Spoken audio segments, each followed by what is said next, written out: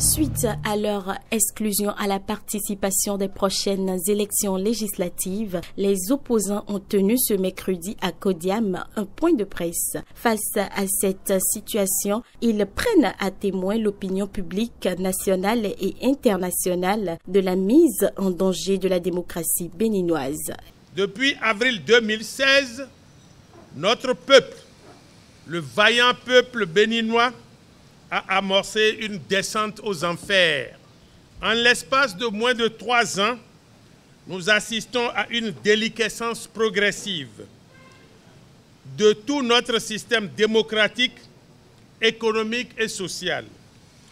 Les marchés de l'État sont attribués au gré du chef de l'État et de son bras droit, Olivier Boko. En avril 2017 et octobre 2018, 2 tentatives de révision opportuniste de notre Constitution ont été bloquées par un groupe de députés patriotes, devenus la bête noire du chef de l'État. Et depuis, la chasse aux sorcières se poursuit. Les élections législatives du 28 avril 2019 offrent une occasion à la dictature pour asséner un autre coup à notre système démocratique.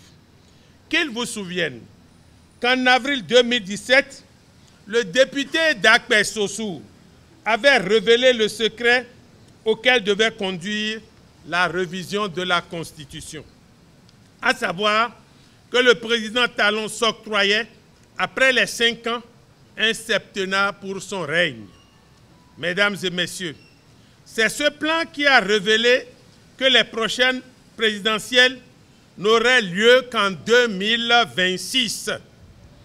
En confectionnant la charte des partis et le code électoral, le chef de l'État et les siens avaient voulu déjà exclure l'opposition, une opposition qui, consciente de son rôle, s'est mise en règle vis-à-vis des nouvelles dispositions. Le complot avait donc échoué, mais cela ne suffisait pas pour que le président Talon arrête sa guerre contre l'opposition. La nouvelle trouvaille consiste à exclure l'opposition des compétitions électorales.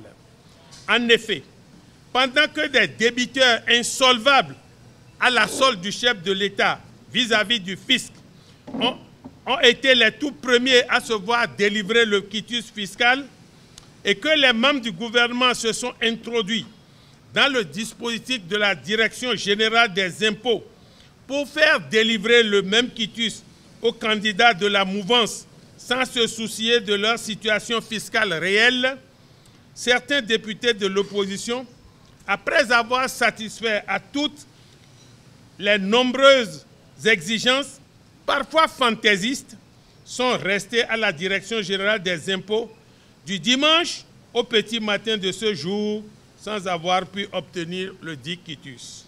Entre-temps, le président de la Cour constitutionnelle, avocat personnel du chef de l'État, rappelons-le, fait intrusion dans le code électoral, voté et promulgué avec l'onction de la conformité à la Constitution pour introduire un certificat de conformité indispensable à tout parti pour prendre part aux élections.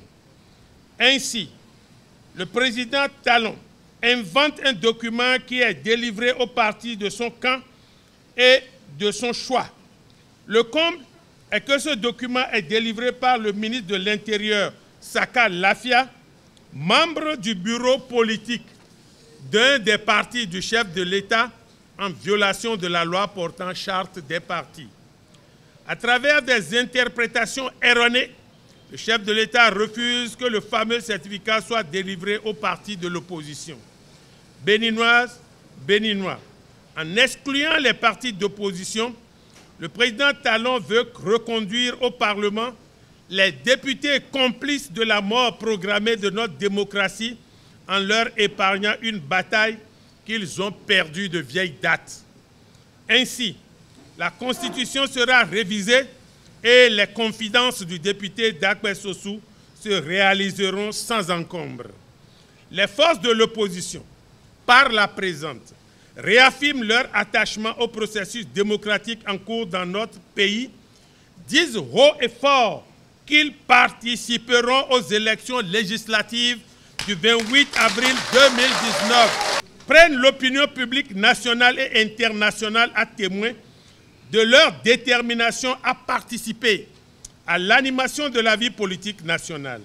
Elles déclarent qu'elles se battront de toutes leurs forces afin qu'aucune consultation électorale ne se tienne sans elles. En tout état de cause, les forces de l'opposition lancent un appel vibrant et patriotique à tout notre peuple à se dresser contre l'arbitraire et la dictature conformément aux mots d'ordre qui leur seront adressés dans les prochaines heures.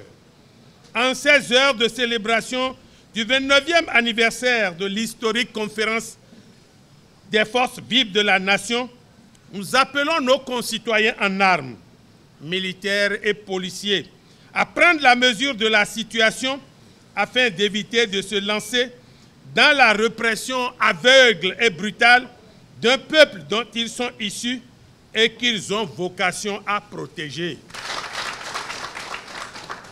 Aux autorités morales, les religieux, les têtes couronnées, nous demandons d'apporter leur soutien à la nation afin qu'ensemble, aux côtés de notre peuple, nous sauvions notre démocratie si chèrement acquise.